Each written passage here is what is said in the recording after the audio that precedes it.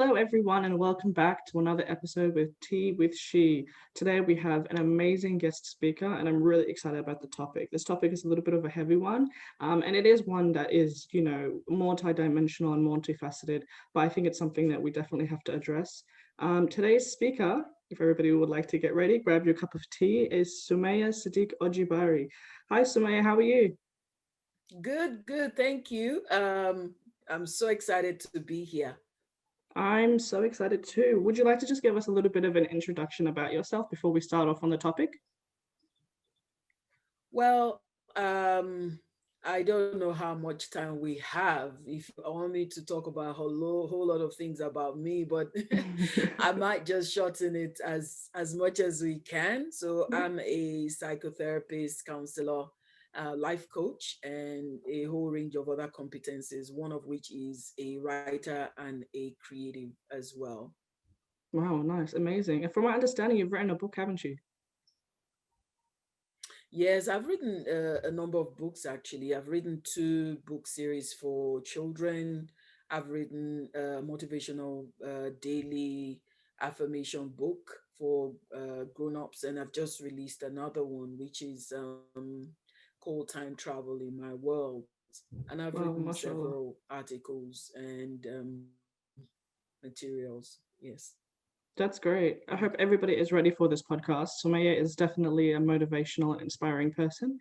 Today we're going to be discussing topic of stigma in relation to mental health. So today is talking mental health from stigmatization to normalization. Sumaya, I just want to start by talking about the current situation. How are you coping with everything that's come about from this current pandemic? I think I'm slowly getting back into that idea of, I mean, the concept of normalcy is very different now, but Yeah. just the fact that, yes, we can finally see our faces without the mask, we can engage with people, we can feel a bit safer without needing to worry if we have something in us. I think it's really Yeah. something that I'm welcoming very much. I also feel like the sense of, the panic and sense of uncertainty is slowly starting to fade as well. I see people being more uplifted and having that energy back again, which is amazing. Did you develop any new skills during this lockdown? Mm. So I have a thing about this question because I Yeah. know it's something that it's something that from quite early on people felt quite pressured by. Yeah, definitely. So I wouldn't talk about I wouldn't talk about developing new skills. However, I know that there are definitely things that I've learned about myself and I'm still learning. Mm-hmm. And in terms of where I am now, I would definitely say that that gives me many other ways of seeing the world and being in the world. So yeah, without Mm, being specific, I would say that definitely deepened self-awareness.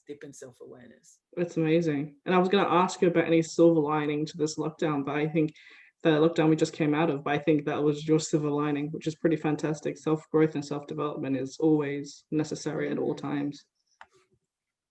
yeah, really, So, really so.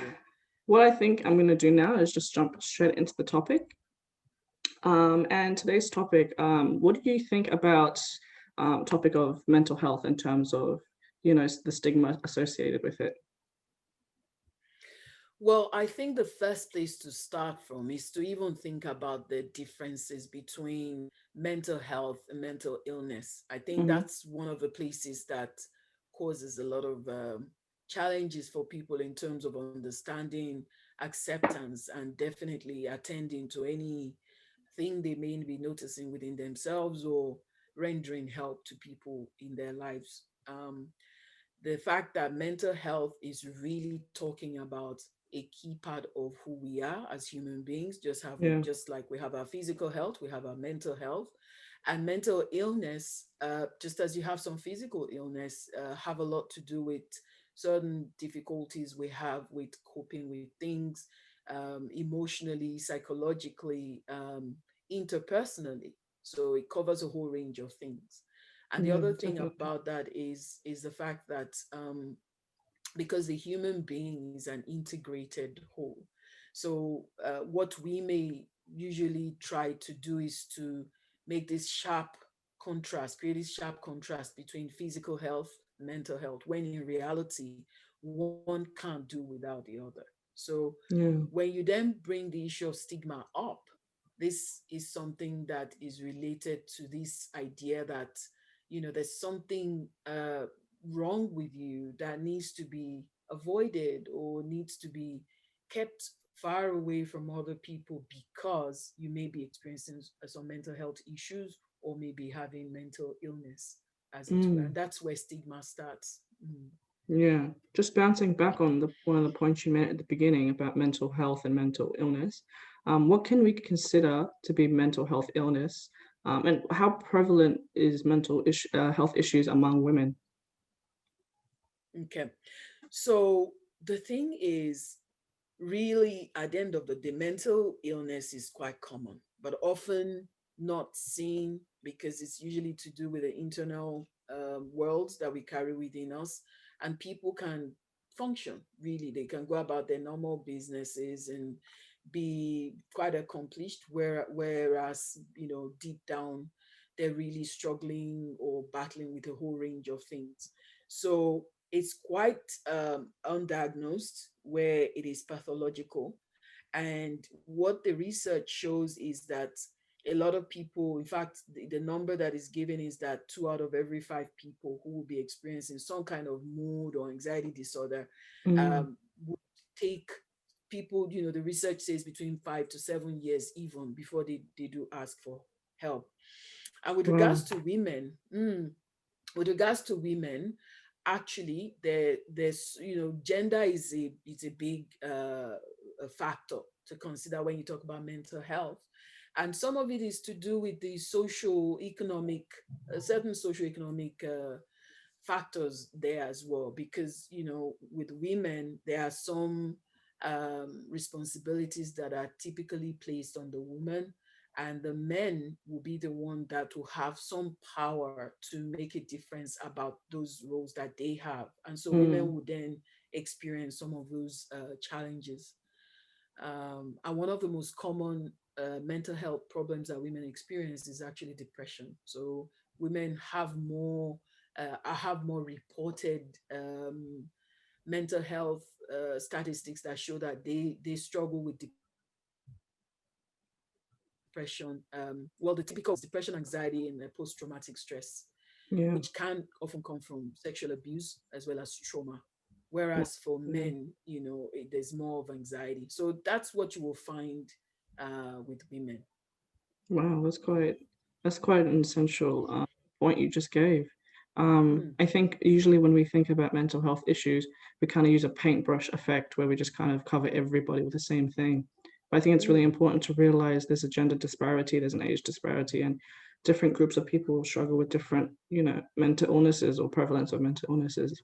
You said that it will take about 5 to 7 years for people to seek help when, experiencing mental health issues. Why do you think that is? Stigma is a huge part of it, Yeah. for sure. Um, so there are lots of preconceived ideas about mental health. Some are very cultural, and some are just from a place complete lack of ignorance, or complete lack of information, rather, Yeah. um, with regards to mental health. So where stigma comes in will be this fear that once a person is known to have mental illness, they would typically have a look. There's a stereotypical way that they are perceived, Mm. um, looking unruly, I'm putting this in quotes, crazy, Mm. unable to be in the society or in the community with any kind of capacity, uh, that it's infectious, even though it is not, that it can, the person might be violent. So there's all these perceptions, these stereotypes that are Yeah. attributed to people with mental illness. And because of it, of course, if a person is experiencing any kind of hardship, the first thing that they will shy away from is to be labeled and Mm. shamed subsequently. So definitely will affect people So they won't, from reporting. be proactive in seeking help because they're afraid of the response with the people Yes, around them. And yes, why they're do you afraid think of being judged. as a society, why do you think stigma exists? I feel like we've touched on it a little bit, but I feel like we can kind of develop a better understanding of the purpose of stigma and why it's so prevalent. Well, the thing is, stigma is often associated with certain, some kind of deformation. If it is not physical, then it is mental. And another form of stigma is where it is associated with a certain race or ethnicity or a group, a minority group. Yeah. And so, for example, a person, you have those intersections of identities where a person, say, for example, in my case, I'm Muslim, I'm woman, I'm Black. Mm. And if all of these three identities that I primary to me and for me, if they are stigmatized for one reason or the other, I'm not certainly not going to add mentally ill person Yeah. in addition to that. It's like I just can't win either way. So in terms of why they exist, well, it's a number of reasons, some of which we did touch on, but one thing I know tends to happen a lot are things that may also be associated with the condition uh, that you have. So if certain, for example, I know in my culture, people would joke about, oh, if you've had some mental illness, you can never win with people. If you're sitting down quietly, people say, oh, be careful with her. So if she, Oh, who okay. knows where she's in, what stage she's in. And if you're, excited or joyful or happy, or say, oh, be careful with her. She looks a Mm. little bit too excited. Something is going to happen. So there's no normalcy that is attached to that. Everything is now seen only through the lenses of the mental illness, and Yeah. the person is defined and described only through that. Mm. Wow.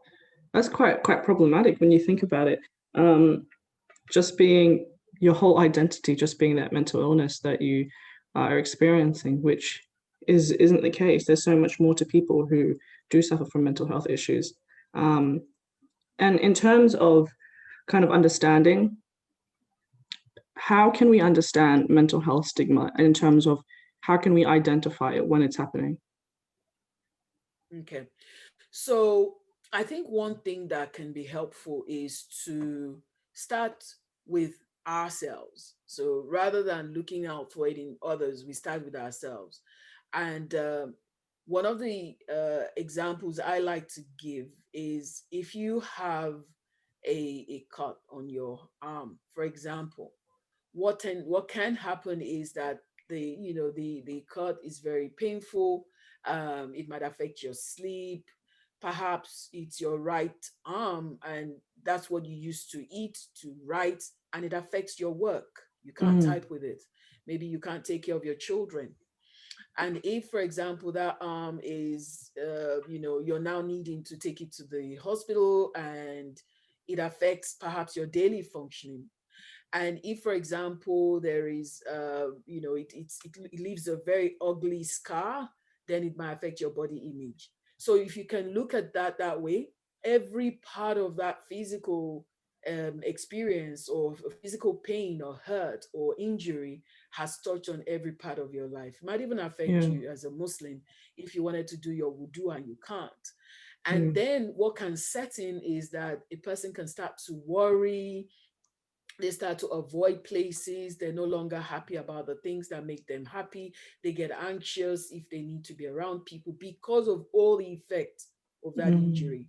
So one way to immediately start to identify that there might be one might be experiencing some kind of mental illness or mental health issue is to start to check your functioning. If your functioning is affected, if your routine is impacted, and to what extent, maybe for a long period of time. So you're looking at duration or the intensity. Maybe you find yourself just being very irritable and angry all the time, and you start to avoid places, you're keeping more to yourself.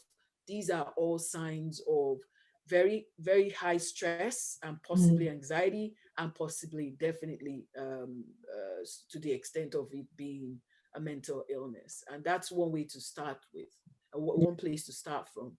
And if you're looking out for some of these signs as well in the people around you, as a matter of fact, some people are really good at putting on masks. They know how to perform. So when they're out and about, you could never tell something is really wrong.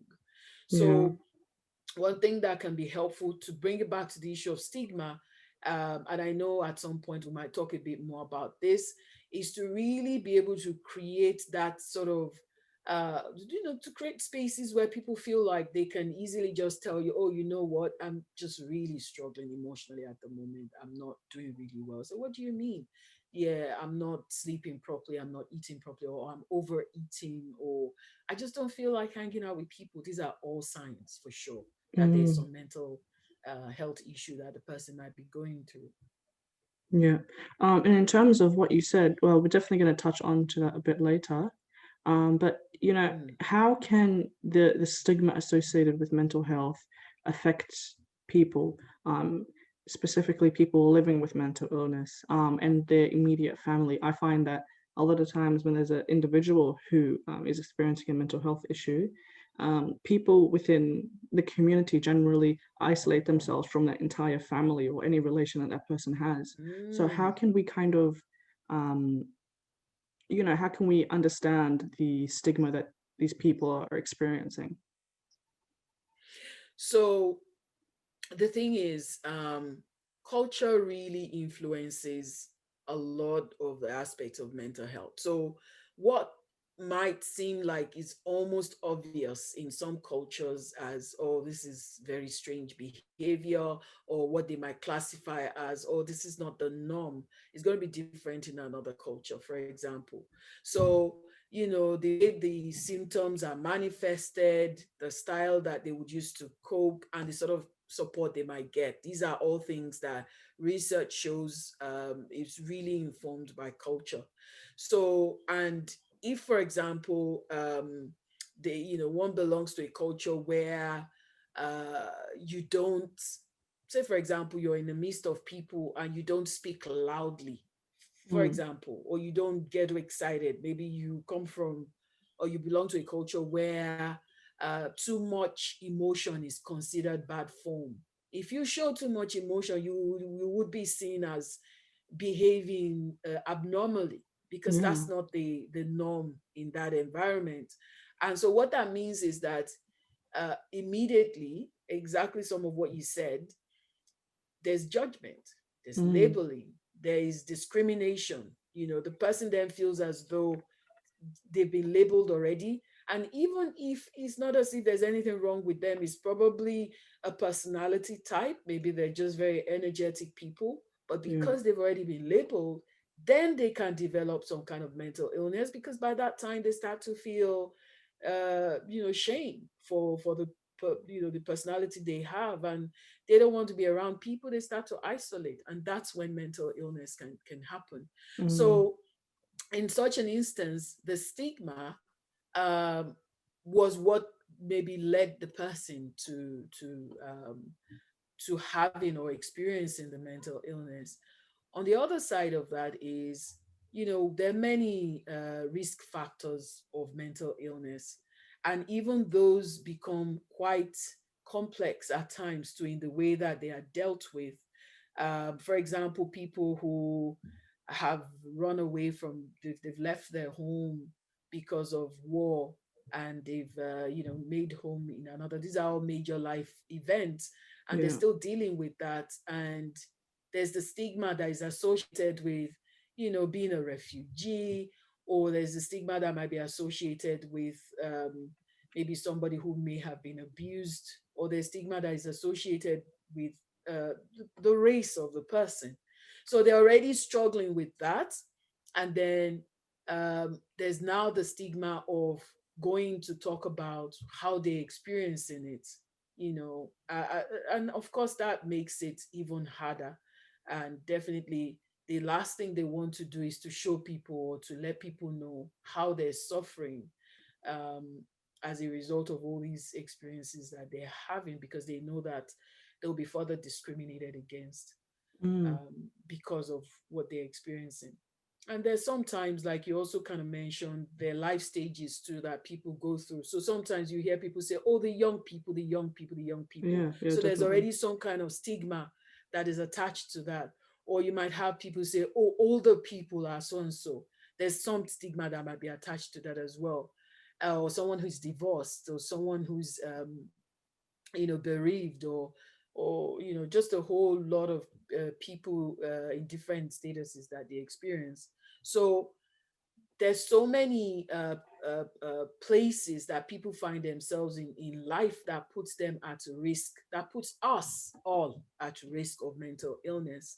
Yeah. And so if, like we said, we will still talk some more about it, but if the environment, it does not even make space for that allowance for something that may be going wrong, that may not mean, it doesn't take away from the value of the person or their capacity to be productive members of the community, or that this experience they're having does not define them, then they are going to definitely isolate. They're not going to ask for help. They're going to keep trying to prove that they have the capacity to, to be to meet the expectations of the family or friends or the whole community, and that puts more pressure on them and could definitely exacerbate the experience of mental illness that they might be having. Yeah, that's a really important point that you made. And often I find that within many cultures that it becomes like a generational thing in terms of the lack of understanding or the lack of willingness to understand, the lack of knowledge. It's just generation after generation in which this stigma and this shame is perpetuated. And at times it kind of makes you think, is there any end to this? I know it's a little bit negative to think, but it's the terms of grandparents and great great grandparents and great great grandparents, that this stigma has just been kind of just passed on to the next generation and the next generation. And often it's kind of like the community in which you live in just wants a uniform kind of uniform society, in a sense that they don't understand or are Mm, not willing to accept different types of personalities. Like often we find that people who are kind of oversensitive and emotional people in general, who might cry a little bit more than others or who mm, might demonstrate their emotions a little bit more, people often kind of just look at them like, there must be something wrong with them. And like you said, it's that labeling and that shame that people put on them that then kind of like exacerbates the mental illness, or creates an environment in which they develop mental illnesses. So it's kind of, mm, we'll definitely touch on to strategies and kind of methods that we can look at in eliminate, not so much eliminating this, but kind of creating a dialogue around it. But in terms of culture, how can we approach culturally ingrained stigma? Because it's a really, really big one. It's often hard to mm, tackle entire cultures or entire communities. But yeah, how can we approach it? mm. And I know there's so much more to unpack from this. I know when we started to talk about having this program, you told me what you were doing at Chi. I Mm, got quite excited about it because, there's a lot of mental health programs being done now, which is really welcomed, and people are starting to talk about this. I'm just really glad that that is happening, but at the same time, I am seeing people struggle with this idea as well, because I have met people who are saying, "Oh, I just don't want to hear one more word about anxiety," yeah, um, because it's a very different sort of conversation. Makes people very uncomfortable. Um, it's almost suggesting to some people that they should relinquish certain sense of self and identities and values that, like you said, they've been passed down from generation to generation. It's like somebody might say, oh, what's wrong with these people of nowadays? They're not resilient enough. yeah. That's a word we hear a lot. So in order to tackle this, some of these culturally ingrained stigma, which by the way, I think stigma will always be. I don't think that anyone or anybody would expect that stigma would be erased. I Mm, think that this is a human experience that we would have in some way or the other, and it may be framed in one way or the other. But the goal here is to get us to start thinking about what parts of the culture that we just take for granted without question. So that's the first place to start. And I Yeah. know that when we start to talk about ideas and strategies, this is something to think about.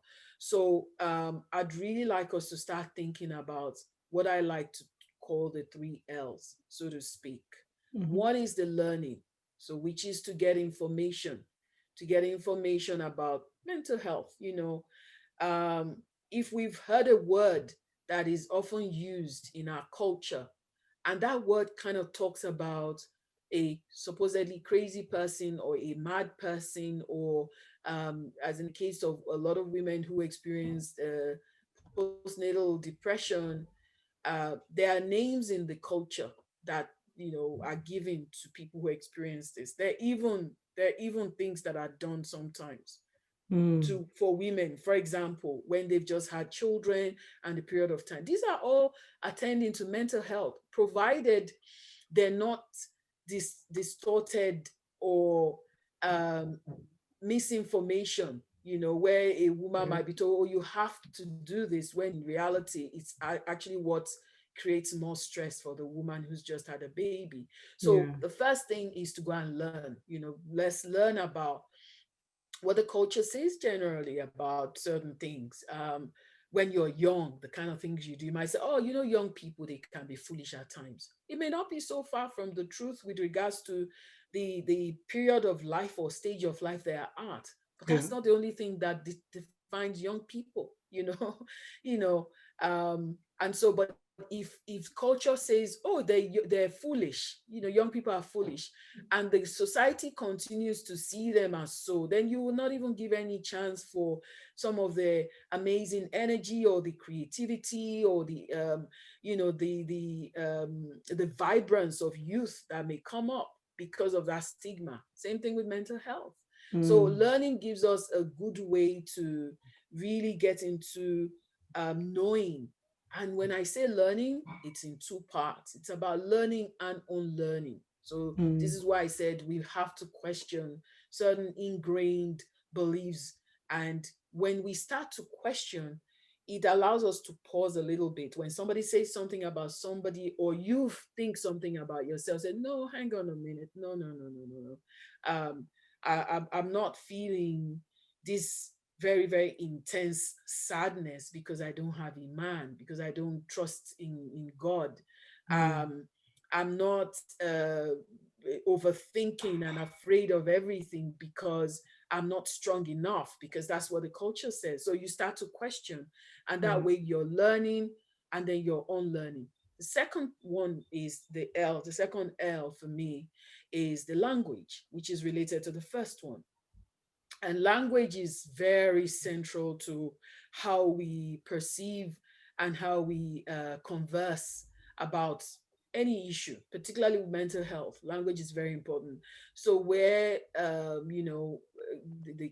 some cultural spaces would describe, I know there's some services that are available, maybe call someone with the name of an animal because they're displaying certain things. That's where you start to challenge that no, that's not true. Or they might say, oh, this person is behaving like a creature from, I don't know, from another world. Mm. These are language that definitely impacts on the person, and makes the person who might be experiencing mental health issues very reluctant to even tell anyone, let alone get Yeah, help of for it. course. Yeah. So language is very important, and we may talk some more about it, because the same language that we're trying to pay attention to with regards to changing can also be the same language that can give us a means of healing as well. And that's something we can talk more about. Mm. Um, so this is very important. And then the last L that I like to think about is just really allowing us to uh, create, become leaders, taking leadership positions in the conversation, leading the conversation. Yeah. Again, we find that in the stigma that people in talking about stigma, in experiencing stigma, in talking about it with people, we kind of just wait to be told. And if we are not being told, we take an opinion that is unsubstantiated. We make a lot of assumptions. We make overgeneralizations. We don't know enough, and yet we claim we know everything. So Exactly. Yeah. so taking leadership in the conversation allows you to go and do all those things. Go and get your information, get the knowledge, and then start the conversation. That's how you start to challenge it, not in a way to put people on the defensive, but someone might say, oh, make a sweeping statement and say, oh, people who are, for example, I'm a tall woman, people who are very tall and they're from this part of the world, they tend to be mentally unstable. Oh, really? Mm. Where did you hear that from? Oh, I just know. Okay. Can we talk some more about it? And then the Mm. minute you Creating start to that take dialogue. leadership, Yeah. exactly, take leadership and say, oh, I know quite a number of tall people. They're not mentally unbalanced. Anybody can feel that because they're struggling with something. It's not about the height or the size of their body. It's just what they're Yeah. going through in life. Yeah. So, No, so the three L's: listening, language, and leadership. I just want to yeah. bounce So onto the, the language. Can you yes, give the, us an example of the type of language, like the positive reinforcement that somebody could use towards somebody who might okay. be So, being stigmatized? yeah, so I actually wanted to quickly mention, and I like that you mentioned listening. So the listening you've brought into it, so that can be another L, and then the Mhm. learning is the other part of it. Oh So yeah, let's learning. make it, Sorry. Yeah. yeah, so yeah, it's great. So let's make it four L's now. So Yeah. it's Four L's. listening, listening, learning, and I say learning and unlearning, and then language, as well as leading the conversation, leadership. So Yeah. you wanted me to say a bit more about the language, is it? Yeah. Example of some the type of language that we could use. Positive Okay. language we could use. So positive language will be framing a conversation with, say, for example, a family member who is crying over something, and Mm. in your opinion, they shouldn't be crying. Like, it's what they're crying about is not it shouldn't evoke that sort of emotion. So there are ways to Something do trivial, it. maybe. Yeah. Yes, you might say to them, if you want to immediately make a judgment, say, oh, look at you, there you go, crying again. Why are you always crying like a baby? Mm. What's causing this? Or you could say to them, you're crying, and let them tell you, yes, I'm upset because of XYZ. You haven't said more than that. You just said, oh, you're crying. Or you might say, oh, it looks like this has upset you. So, yeah, it has upset me because so and so. Or you might say, okay, look, it looks as though there might be something else going on here, or are you crying because of this? And she said, yeah, I'm crying because of this, but that means there's a great opportunity for that person to share with you that, yes, Yeah. um, this is a small thing, I agree, but really this is actually what is happening there. Or you might say, hey, you're really upset about this, what's really going on? Okay. So So yes. Mhm. it's the kind of conversation that engages the person to speak a little bit more.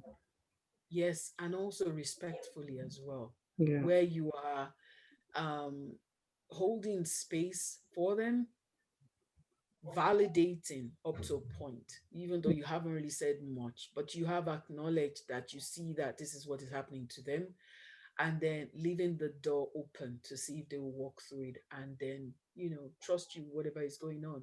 And if they don't, you certainly shown them that you have a lot of empathy, and that empathy is what allows you to say, look, I don't understand why you're crying over this. I don't know what's going on, but I see you crying, I see you upset, I see you're in pain, Yeah. and I'm here. That's the message you're passing there. Mm.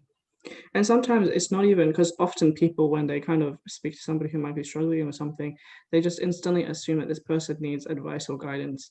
And they Mm, just provide unsolicited advice, where at times it's not even about giving the person advice. It's just about being you know, showing that you are supporting them and just listening. Mm, At times, that's what mm. people need. The first step they need is just somebody to listen. So Oh. I think people always have to be mindful of actually hearing what a person is saying instead of just kind of pushing forward with fear, or in my experience, this, or my advice is that. Mm. So one thing is, because we already added the listening, and I know it's one I would still love to talk some more about, but just even Yeah. for now, one of the most difficult things many people do not know how to do is to listen. So Mm-hmm. there are ways to listen, and you don't have to be a mental health practitioner for that. It's just you just need to practice some restraint and to allow for some natural progression of whatever the person is going through rather than trying to jump into those spaces of silence that you find awkward or make those Mm. assumptions, exactly what you said, that they need you to give advice or to fix something, whereas what they need, I'm coming from work and I had a terrible encounter on the train, and I get home and I'm telling a member of my family, they're not going to go to the train and fight the person that I had an encounter with. I don't need them to do that. I Yeah. just need to be able to tell my story and for someone to hear it and say, oh my goodness, that must have been very hard for you, or oh wow, what a terrible thing to happen, or would you do you want to just have a rest for a bit and maybe Yeah. get over that experience? So you're not offering anything except that you are there with them, in the way that they need you at that time. Yeah. And in some way, validating their experience, their emotions as well. Oh, definitely, Yeah. definitely. Mm. Mm. So there is an abundance of other questions and topics I have regarding this issue. However, we will be doing a second podcast with some more focused strategies and methods in terms of educating people and creating safe and respectful environments and creating a dialogue. So, Sister Sumaya, we're definitely going to have you back, inshallah, if you would be happy to do so. Yes, I do look forward to it. I know that to have a conversation about mental health and trying to talk about it in the context of what that can do, when it is what effect it can have when there's a lot of stigma, and how much difference it makes when some of those experiences or challenges of mental health are normalized in such a way that people are able to get the help that they need when Mm, they need it, not just to sit in silence and suffering because yeah. they're too afraid of what the world would say to them. So I definitely would want to get us to talk some more about it, and Mhm. but I'm also hoping that this is a conversation that this podcast is a catalyst for some people, or Yeah. in some cases a means of a reminder, just to get people to start saying, oh, that's right, this is something I heard on She, and I Mhm. certainly tea with She, and I certainly want to go and start doing something about it. So yeah, I am looking forward to coming back. Thank you. Yeah, and that's all we hope for, is just to, kind of push the change or push the awareness regarding some issues, even if it's just one listener who benefits from something that any of our amazing speakers say. It's, the effects is tenfold. I just want to end on, what are three key things that you would like to share with our listeners? Any advice or message that you would like to end with? Yes. Well, the first thing, and this is something I've said quite often, is to realize that mental health makes us human. Mhm. Without it, we're incomplete. And so what that means is that any one of us who might be experiencing or struggling with something that they don't have a name for, or they can't tell what it is quite okay for you to go out there and speak to someone. Find someone that you feel like you can trust, for starters, and have a talk with them. For all you know, just talking with that person could just help you um, get some form of relief from the release of all the things you've been carrying within, and it can certainly give better clarity. And if that doesn't help, then there are many services and professionals out there now that are trained and skilled to help create that space that allows you to really get the help. The second Mm, thing I'd like to say also is that, sometimes we think making an impact, inspiring someone, making a transformation in the world requires some grand project or activity. No, it doesn't. It actually mm, starts with that one decision to do something different from what is always done, because you think it's just always done, so you should just do it. yeah. So one thing that I hope you will also do is to start questioning some things, not because you want to create chaos, but because you want to create a better way. You want to correct things. You want to, just see what it is you can do differently in your family. So you break that cycle of generational trauma that is handed down as legacies, because Mm, people don't have the ability to stop it. And then the third thing that I'd like to say is that, alhamdulillah, we're glad that we're able to start returning to some of those very, very essential human expressions of affection and of togetherness. So let's see how we can really work on that beyond the zooming and the all of those times we've had to spend on our devices, and let's just go out and connect with people in real life, in real time, and start to create the healing that just comes from feeling each other's energies and essence. Those are the three things I'd like to say. well, that's some amazing advice. I've definitely taken a point from all of those. Once again, thank you so much, Sister Summayyah, for your wisdom and your knowledge. We appreciate your time. For all our listeners, if you have any questions that you would like Summayyah to answer, or any topics you want us to elaborate on, please feel free to shoot us a message on our Instagram page, our Facebook page, or even jump onto our website. Um, Looking forward to the next podcast with you, Summayyah. So everyone, enjoy the rest of your day. Thank you. Thank you. I look forward to it too. Bye now.